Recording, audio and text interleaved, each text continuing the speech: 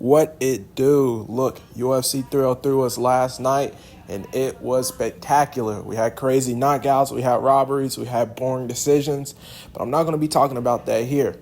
For this video, I'm going to be matchmaking every opponent on the main card and who I think they should fight next. I'm going to be starting from the bottom to the top, so let's get to it.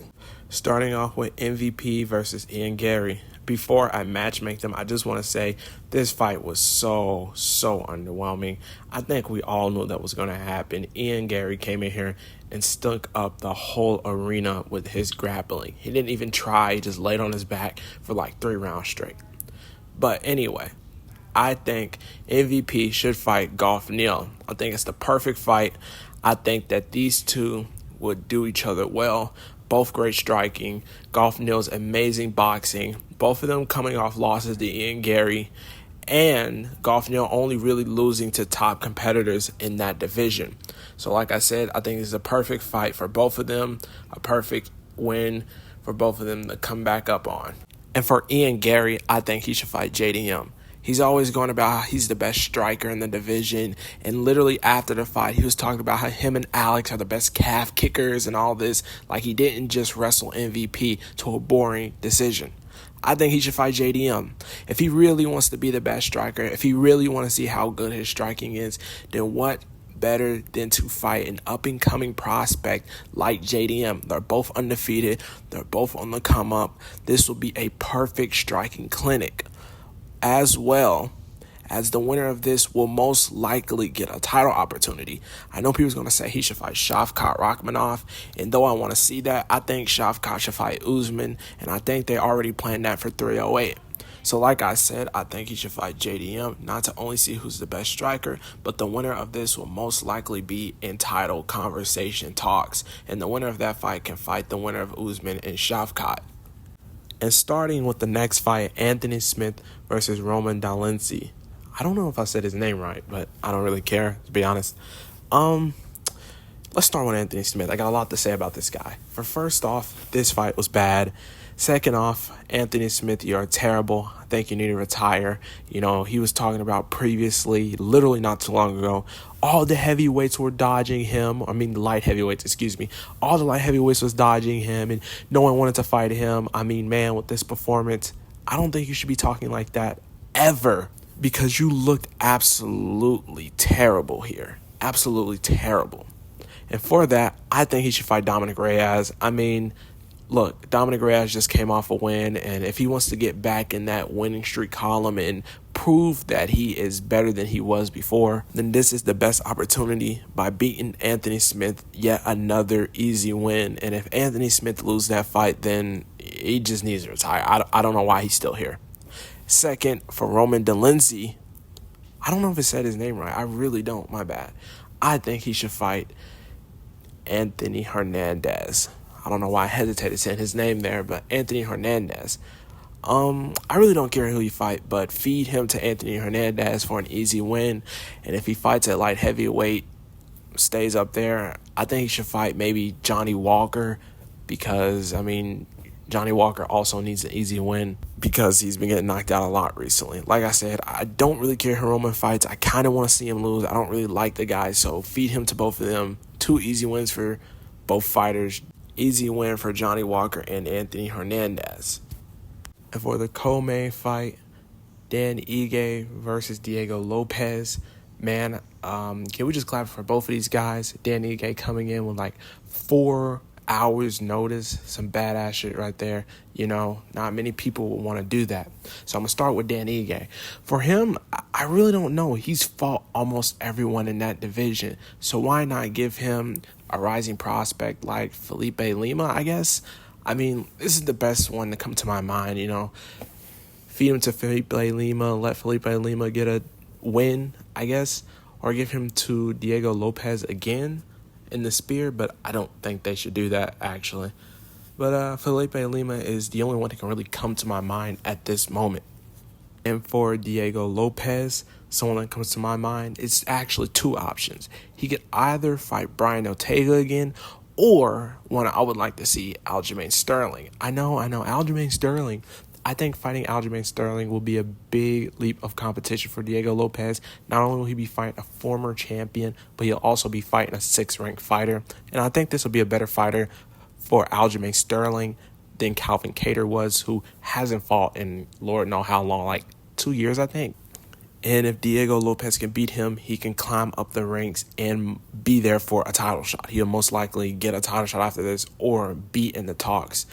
And if he beats Aljamain Sterling, then I guess he can fight Brian Ortega again. Like I said, I don't care. He can fight Aljamain Sterling. He can fight Brian Ortega. Hopefully one of them two. I see people trying to say he should fight Yair Rodriguez. But I feel like that's too much of an easy win. Yair has literally no ground game at all. I mean, he sucks at wrestling.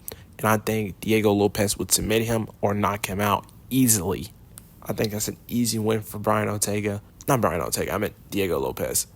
But like I said, I think Aljamain Sterling or Brian Ortega, it doesn't matter who he fights out of those two. And for the main card, what a spectacular knockout by Alex Pereira, right? I mean, the knockout in the first round, like at the buzzer beater, and then knocking him out early on into the second round. I'm not going to lie. I damn near almost cried because Jiri Prochazka is my favorite fighter in light heavyweight division. I like both of them, but there can only really be one winner. So, going to the loser, Jiri Prochazka, what I think next for him is a break. He literally just got knocked out by Alex Pereira the first time at like 297. He fought at 300, Alexander Rakic, and then he got kind of beat up on the feet, getting hit pretty badly, and then he turns around quickly to fight Alex Pereira again at 303. I mean, he was supposed to fight at UFC Saudi Arabia. I don't know why I'm stuttering here, but Saudi Arabia. But he ended up turning around quickly for 300, and shout out to him for doing that. But I think he needs a break. I think he needs to prepare himself better. Not prepare himself, but change his game style. He needs to just mentally fix himself, because after that loss, it really seemed like he was going through something. You know, he wasn't out of it. The man looked like he wanted to cry, and I was almost going to cry for him. So I think he just needs a 6-month break, maybe 3 months. He just needs a good break and then to come back. And if he comes back, I think he should fight Khalil Roundtree. Khalil was scheduled to fight Jamal Hill, and I was an advocate for that fight. I wanted them to fight, but I think Jamal Hill should fight Jan Blachowicz. So give him Jiri Prochazka, and in my opinion, that'll be a great fight for Jiri, an easy bounce-back win. And also for Roundtree, if he wins, that'll be definitely a title shot shooter right there. That'll give him undoubtedly a title talk conversation. But yeah, like I said, I think he should fight Khalil Roundtree or take a break. Or the third option, he should go to middleweight. That was already kind of in the talks about him going to middleweight after this. But I think that for sure is something he should do. One of those three, I will be fine. A break, Khalil Roundtree, or middleweight. Like I said, as long as Alex is a champion, I don't see him getting the belt back. So, yeah. And for Alex Pereira, I mean, this man looks dominant. Really dominant. It's almost like no light heavyweight can stop this guy. Not almost. There is no light heavyweight can stop this guy but one, and that's Magomed Ankalaev. I think there's no one else that can fight Alex Pereira, you know? I think this is the only guy next. They're talking about he should go up to light heavyweight. Not light heavyweight, heavyweight. But, you know, I don't think he should. I don't think he should. Those guys are way too big for him, in my opinion. And right now, he still has to beat one more person, which is Magomed Ankalaev. And also heavyweight right now, I mean, it's kind of in a chaos realm. You know, you got Stipe fighting for the title, John, you got Curtis Blaydes, Tom Aspinall.